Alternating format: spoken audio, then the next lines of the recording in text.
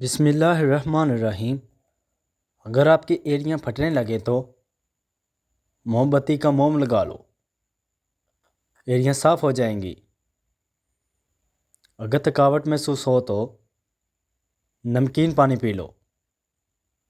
سلاد کا استعمال دوپہر کو کھانے میں کرنا موسمی اثرات سے محفوظ رکھتا ہے۔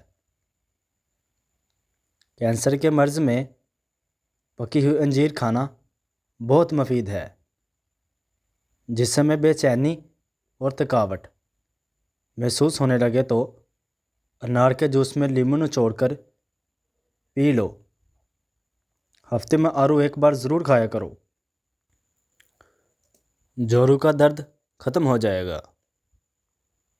روزانہ 4 بادام کھا لینے سے شوگر اور دل کے مرض کا مسئلہ نہیں ہوتا۔ ناخن دانتوں سے کاٹو گے تو دماغ کمزور ہوگا۔ ساگ کے اندر مکھن ڈال کر کھا لو، رات کو بار بار پیشاب آنا رک جائے گا۔ جن بچوں کا قد چھوٹا رہ گیا ہو ان کو دودھ میں کھجور ملا کر جوس بنا کر دیا کریں، اس سے قد میں اضافہ ہو جائے گا۔